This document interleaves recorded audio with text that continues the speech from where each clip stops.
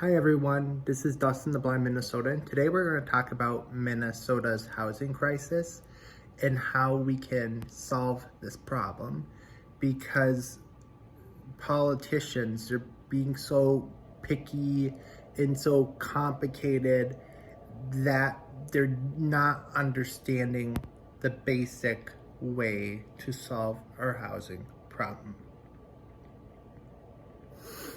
And I'm going to tell you about it and how I would do it and how I will implement it and why I would implement it that way. Now let's get into this discussion.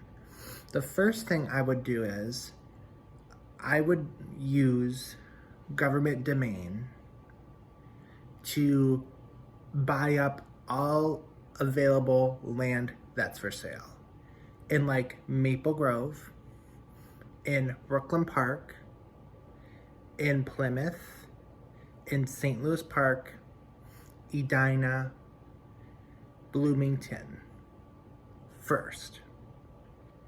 Because those are the new suburbs where everything you can walk to or drive to. And they're the most accessible suburbs. So the first thing the government needs to do is use government domain to buy all the land that's for sale or take land if they need to, possible. And just give the farmers or give the landowners the value of the property.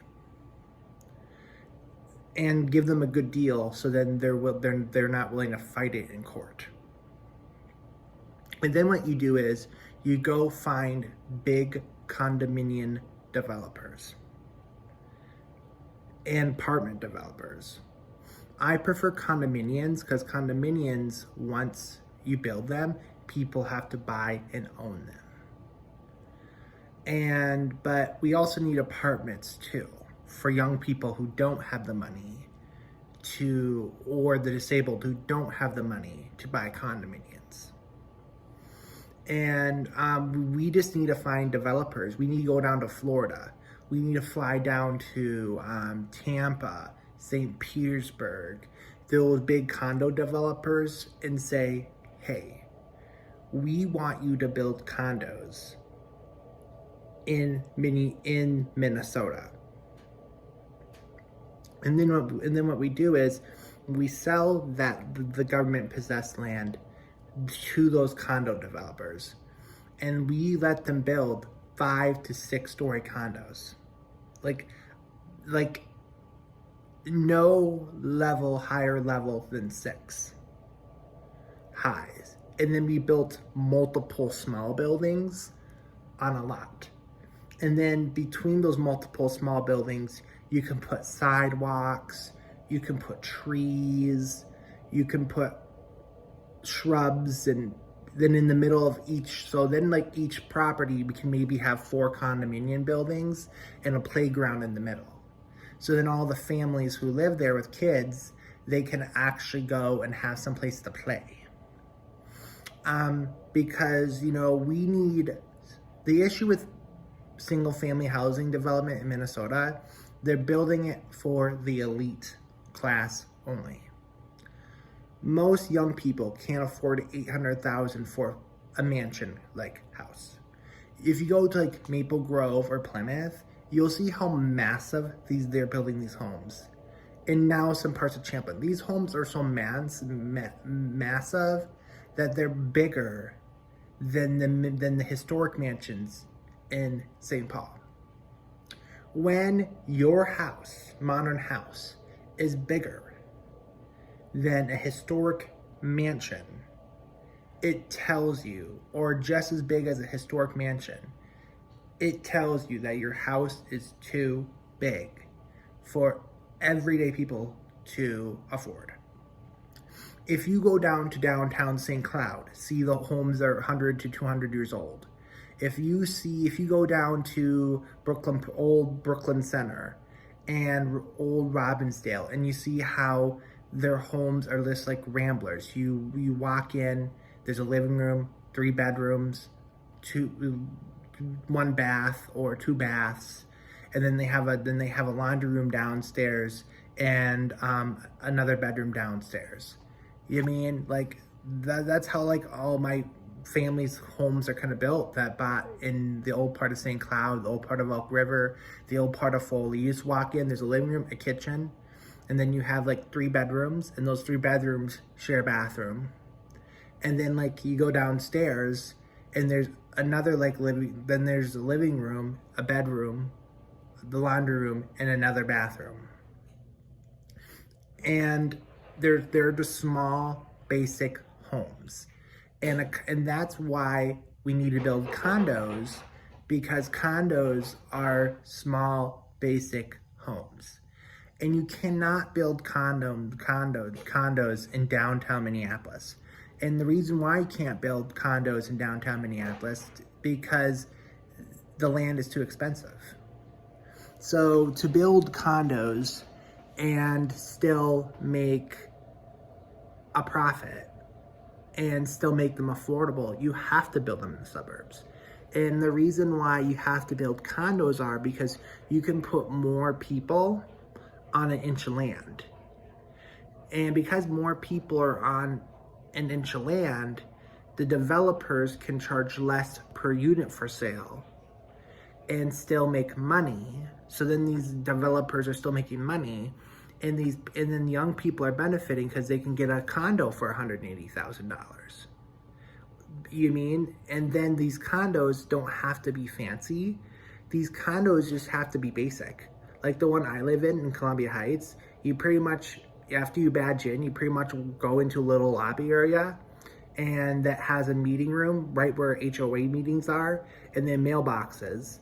And then once you go past that, you take a left, you're in the hallway where people's units are, or you take a right and you're in the hallways where people's units are. And my condo does not have a gym. My condo building doesn't have a swimming pool. The only thing that my condo has is like a park behind us.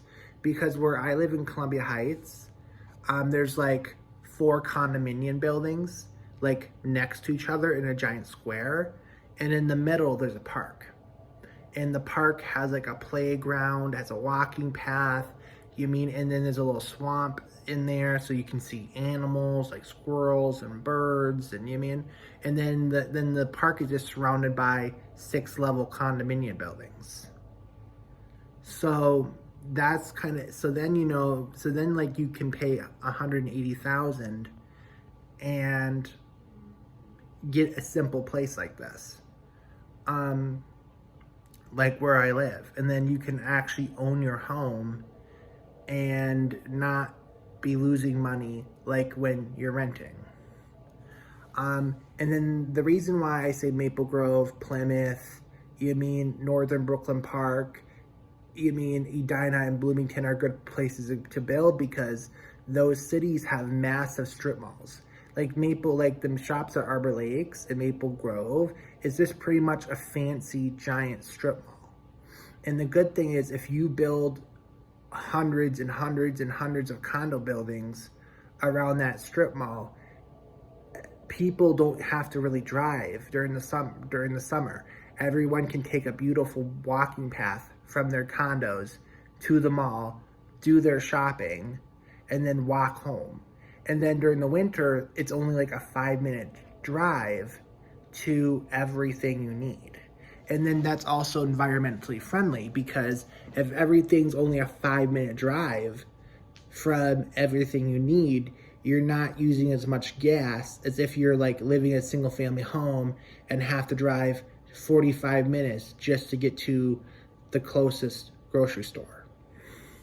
So then, and then the city will get more taxes because there's more people living per inch of property. So then, the cities are going to be happy because they're going to get, and then they're going to get more tax base. And then the shops in, like, for example, in Maple Grove are going to be happy because they have more customers.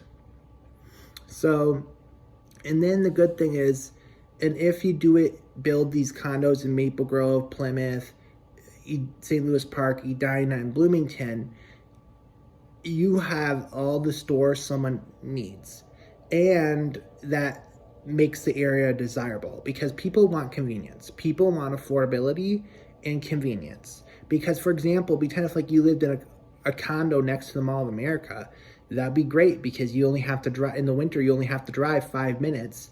You can do all your shopping at the Mall of America or the Bloomington Walmart because you're right next to each other, just 3 blocks apart. And then you can like drive back home in 5 minutes and watch a TV show and get ready for work the next day.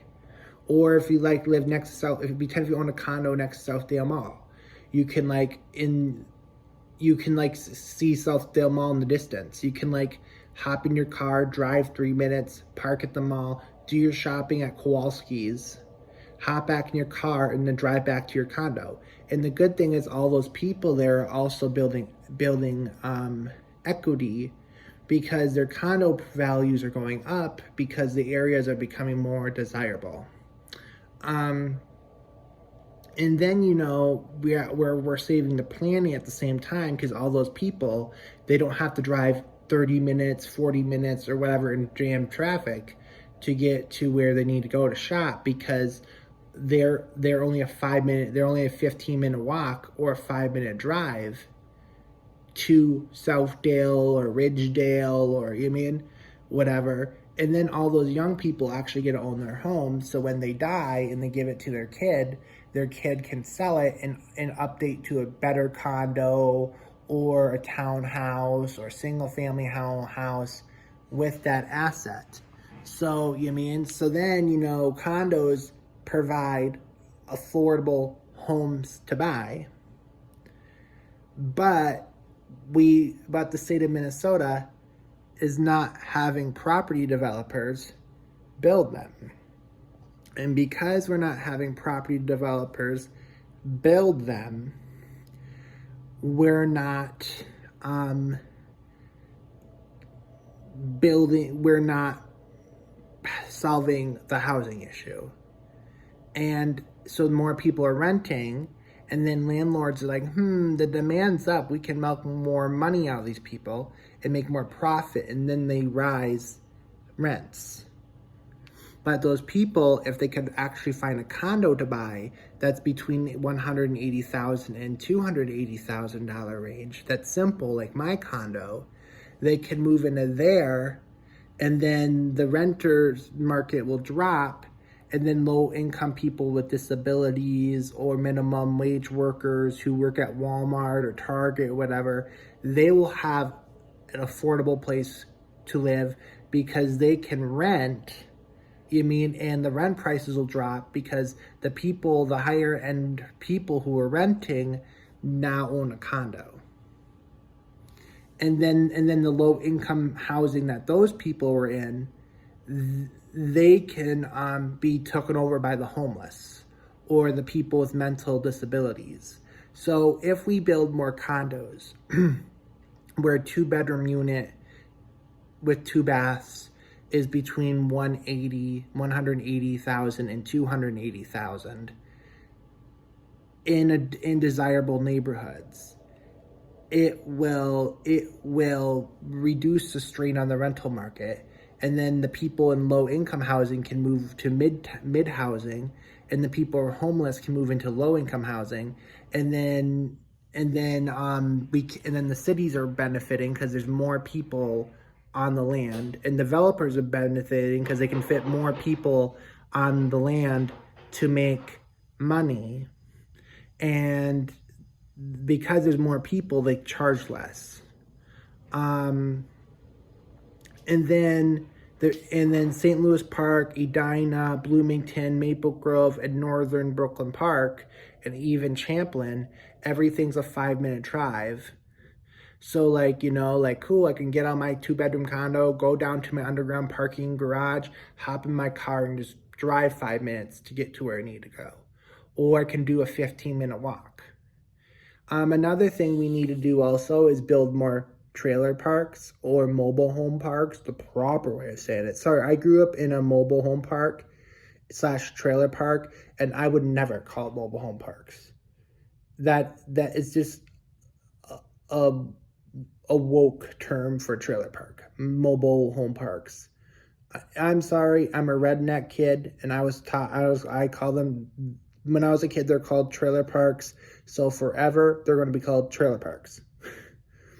And we just need more mobile homes parks / trailer parks also. So then all the people moving to Minnesota who are doing minimum wage jobs, they have some place to live also.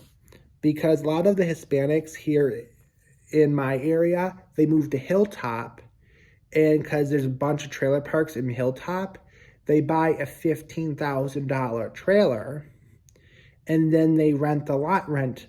They pay $500, I think they told me, in lot rent. I'm not sure. I have to go ask them again. But then after they pay $15,000, they own the trailer, and then they pay $500 a month in lot rent. And paying $500 a month in lot rent in the long term is cheaper than paying $2,500 for an average rent price. So, and then be lucky the Hispanic community is smart, and they normally get a 2 or 3 bedroom trailer, and each family gets a bedroom to themselves, and then they split, and then they all share the living room and the kitchen together. So yeah, it's cramped living, but they'd rather live in cramped living than being homeless.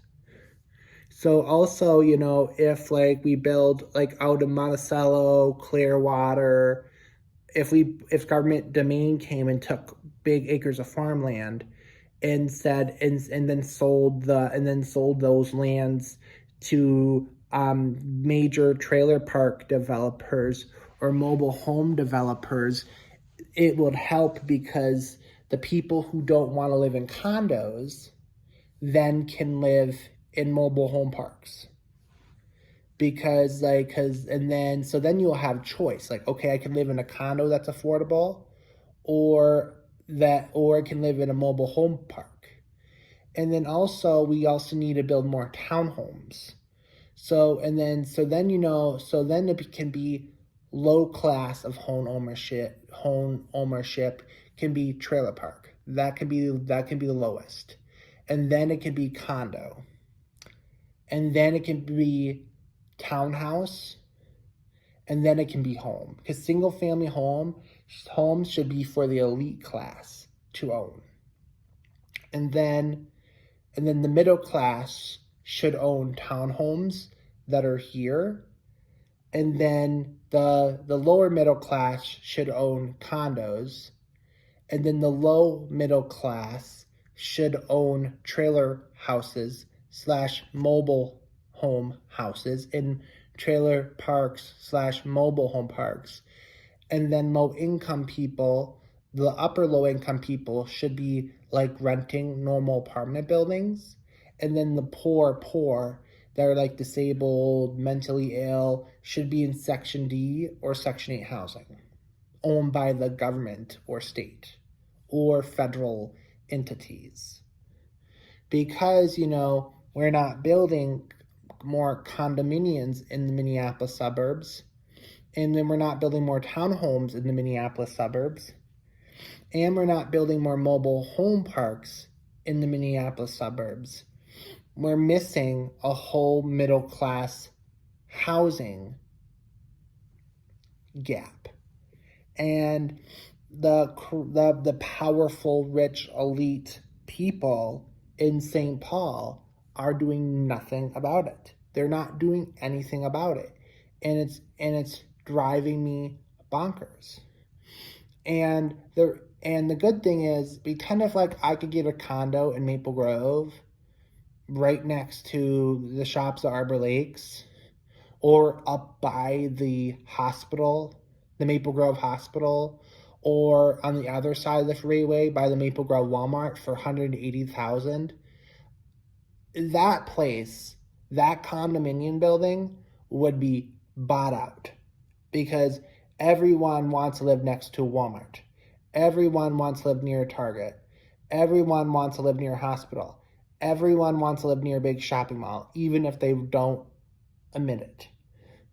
You mean? And then because it's in a desirable spot, it will have the effect on the rental market.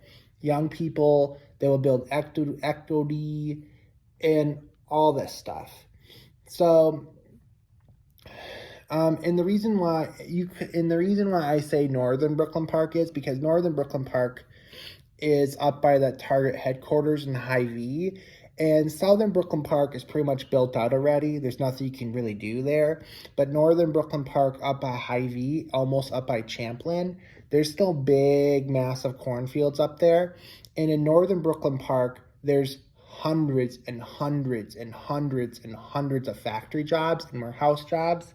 So if you build a condo complex up in Northern Brooklyn Park next to all the factories and next to all the warehouses, and next to Hy-Vee and Cub Foods, a lot of people would like it because they can walk to work to a good job, or they can take a 5-minute car ride to a good job. They can drive to Hy-Vee or drive to Cubs for groceries, or they can drive north to Champlin and go to Target and all these up in Champlin. And those condos would sell if they're only between 180,000 and 280,000, because if they built big condominiums up there, because it's in a desirable spot. So you mean, and then because everyone wants to be close to a grocery store, everyone wants to be close to things to do, and you can't. Okay, so I know all these Minnesota is pushing like we must build all the condominiums in downtown Minneapolis, downtown St. Paul. That's not going to work, because those condos, because just the land costs millions of dollars to billions of dollars. The condos that they build on top of that have to be worth millions to billions of dollars just to make up the losses from the land. So we just need to start building condominiums in like the first and second ring suburbs. And then we will and townhomes and mobile home parks / trailer parks, and watch. Life will just become more affordable. And with all these now immigrants coming across the border, we have thousands upon thousands upon thousands of people who need work. We can just go to New York City and kidnap them, go to Chicago and kidnap them, bring them to a construction site and say, start building. And then we will give them $15 an hour.